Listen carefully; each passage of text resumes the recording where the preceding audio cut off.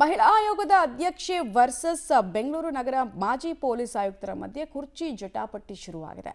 ಯಾವ ಕಾರಣಕ್ಕೋಸ್ಕರ ಕುರ್ಚಿ ಕಲಹ ಅನ್ನೋದರ ಡೀಟೇಲ್ಸ್ ಇದೆ, ನೋಡ್ಕೊಂಡು ಬರೋಣ ಬನ್ನಿ. ಕಾನೂನು ಬಲ್ಲವರಿಂದ ಕಾನೂನು ಉಲ್ಲಂಘನೆ ಆಯ್ತಾ? ಮಹಿಳಾ ಆಯೋಗದ ಅಧ್ಯಕ್ಷೆ ವರ್ಸಸ್ ಮಾಜಿ ಐಪಿಎಸ್. ಸಬ್ ಇನ್ಸ್ಪೆಕ್ಟರ್ ಕುರ್ಚಿ ವಿಚಾರಕ್ಕೆ ಜಟಾಪಟಿ.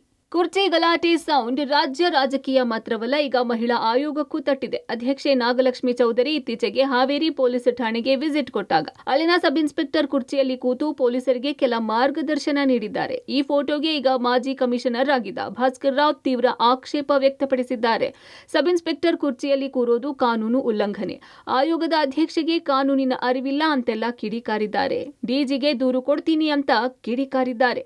ಸಬ್ ಇನ್ಸ್ಪೆಕ್ಟರ್ ಚೇರ್ ಮೇಲೆ ಕೂತ್ಕೊಳ್ಳೋಕ್ಕೆ ಯಾವ ಹಕ್ಕು ಇಲ್ಲ. ಕೂತ್ಕೊಳ್ಳೋದು ಅಕ್ಷಮ್ಯ, ತಪ್ಪುದು, ಅದು ಅಪರಾಧ ಸಹ ಆಗುತ್ತೆ. ಬಹುಶಃ ಇವ್ರಿಗೆ ಇದ್ರ ಬಗ್ಗೆ ತಿಳುವಳಿಕೆ ಇಲ್ಲ ಅಂತ ಅನಿಸುತ್ತೆ ಅದಕ್ಕೆ. ಮತ್ತು ಅಲ್ಲಿ ಕೂತ್ಕೊಂಡು ಆರ್ಡರ್ಸ್ ಕೊಡೋದು, ಇನ್ಸ್ಟ್ರಕ್ಷನ್ ಕೊಡೋದು ಭಾಳ ತಪ್ಪು. ಮತ್ತು ಕುರ್ಚಿ ಕೊಟ್ಟಿರೋನು ಅವನದು ಮಹಾ ತಪ್ಪು.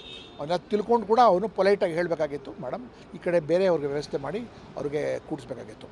Because you are assuming the responsibility. ಇನ್ಮೇಲೆ ನಾನೇ ರಕ್ಷಕ ಅಂತ ರೋಲ್ ನೀವು ಸೆಲ್ಫ್ ಇಂಪೋಸಾಗಿ ತೊಗೊಳಕ್ಕೆ ಬರೋದಿಲ್ಲ ನಿಮಗೆ.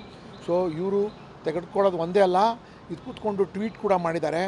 ಕಾನೂನು ಬಗ್ಗೆ ಅವ್ರಿಗೆ ಯಾವ ಅರಿವಿನೂ ಇಲ್ಲ. ಅವ್ರಿಗೆ ಕುರ್ಚಿ ಮೇಲೆ ಕೂತ್ಕೊಳ್ಳೋಕ್ಕೆ ಅವ್ರಿಗೆ ಅರ್ಹತೆಯೂ ಇರೋದಿಲ್ಲ. And I am going to give a complaint to the DGP also. ಆದರೆ ಇದಕ್ಕೆ ಕಿಡಿಕಾರಿರುವ ಮಹಿಳಾ ಆಯೋಗದ ಅಧ್ಯಕ್ಷೆ, ಮೊದಲು ಕಾನೂನು ಪುಸ್ತಕ ಓದಿಕೊಳ್ಳಿ. ನಾನು ಸಿವಿಲ್ ಕೋರ್ಟ್ನ ಜಡ್ಜ್ನಷ್ಟೇ. ನಮ್ಮ ಹುದ್ದೆಗೆ ಗೌರವ ಇದೆ. ನನಗೆ ಕುರ್ಚಿ ಮೇಲೆ ಆಸೆ ಇಲ್ಲ, ಆದರೆ ಅಧಿಕಾರವಂತೂ ಇದೆ ಅಂತ ಭಾಸ್ಕರ್ ರಾವ್ ವಿರುದ್ಧ ಅಸಮಾಧಾನ ಹೊರಹಾಕಿದ್ದಾರೆ. ಇನ್ವೆಸ್ಟಿಗೇಷನ್ ಅಧಿಕಾರಿಯಾಗಿ ನಾನು ಅಲ್ಲೇ ಕೂರಬೇಕಾಗುತ್ತೆ ಅಂತ ಸಮರ್ಥನೆ ಮಾಡಿಕೊಂಡಿದ್ದಾರೆ. ಅವರು CRPC 36 ಬಗ್ಗೆ ಮಾತಾಡ್ತಾ ಇದ್ದಾರೆ. ಅದರಲ್ಲಿ ಯಾರು ಕುತ್ಕೋಬೇಕು ಚೇರ್ ಮೇಲೆ ಅಂತ ಹೇಳೋದಿಲ್ಲ. It says about hierarchy. ಆಮೇಲೆ ಸ್ಟೇಟ್ ವುಮೆನ್ ಕಮಿಷನ್ಗೆ ಇಡೀ ಸ್ಟೇಟಲ್ಲಿ ಅಂದರೆ ರಾಜ್ಯ ಮಂತ್ರಿಯ ಒಂದು ಸ್ಥಾನಮಾನ ನನಗೆ ಇರುತ್ತೆ.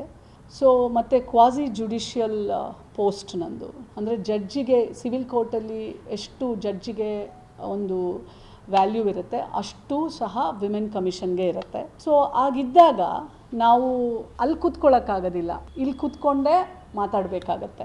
ನಮಗೆ ಎಲ್ಲ ಅಧಿಕಾರ ಇದೆ. ನಮಗೆ ಯಾವ ಕುರ್ಚಿನೂ ಬೇಡ, ನಾವು ನಿಂತ್ಕೊಂಡೇ ಮಾಡ್ಬಿಟ್ಟು ಬರ್ತೀವಿ. ಸೊ ನಮಗೇನು ಕುರ್ಚಿ ಆಸೆ ಯಾವುದೂ ಇಲ್ಲ. ಇಬ್ಬರು ಕಾನೂನು ಬಲ್ಲವರೇ, ಹೀಗಾಗಿ ಅವರವರ ತರ್ಕ ಸಮರ್ಥನೆ ಜೋರಾಗಿದೆ. ಸದ್ಯ ಪ್ರಕರಣದಲ್ಲಿ ಮತ್ತೇನೆಲ್ಲ ಬೆಳವಣಿಗೆ ಆಗಲಿದೆ ಅಂತ ಕಾದು ನೋಡಬೇಕಿದೆ. ಪವಿತ್ರ ಕಡತಲ ಜೊತೆ ಮಾದೇಶ್, ಪಬ್ಲಿಕ್ ಟಿವಿ, ಬೆಂಗಳೂರು.